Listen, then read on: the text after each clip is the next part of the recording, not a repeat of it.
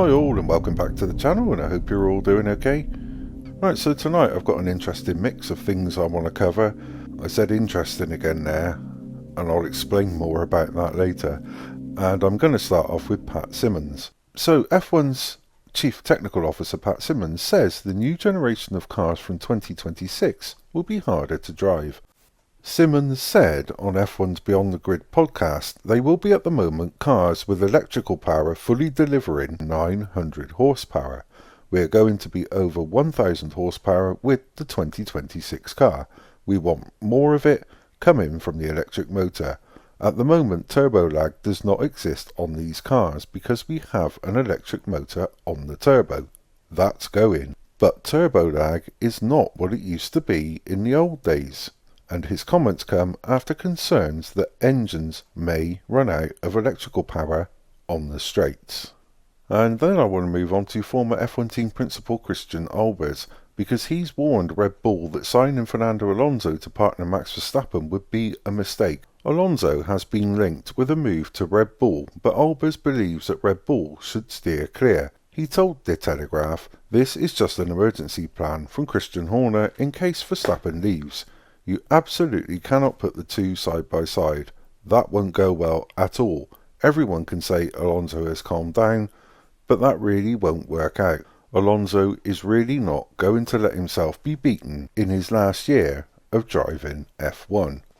And the more you get people say things like this, the more you actually want to see them side by side just to see what would happen. That's probably just me wanting to see a bit of drama.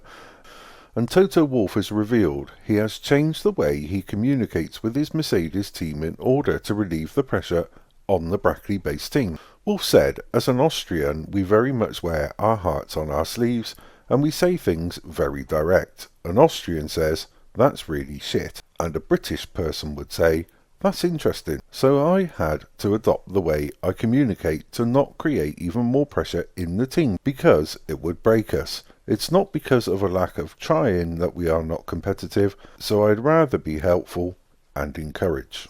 And I tend to use interesting a lot in my videos because I cover things that I find interesting and I think you may find interesting.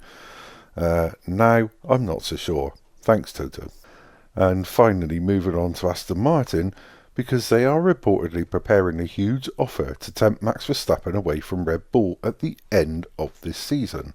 According to Automotor and Sport, it's also claimed that Adrian Newey would also make the switch to Aston Martin if the move goes ahead. Team owner Lawrence Stroll reportedly believes he can offer a more attractive package to Verstappen than Mercedes, who have made no secret of their interest in him. Verstappen has a long-term contract at Red Bull, but is thought to have a break clause that would allow him to leave early if Helmut Marko departs the team.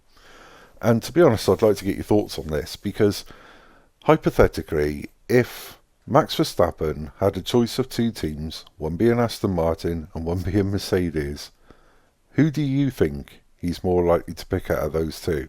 Because for me, I think he'd be more likely to pick Aston Martin over Mercedes. But I may be wrong, but that's just the feeling I get. So please, let me know in the comments. You agree with me? Or think that he might choose Mercedes over Aston Martin? But as always, that's all I've got time for this evening. Again, thank you so much indeed for your comments, your likes, your shares, and for subscribing.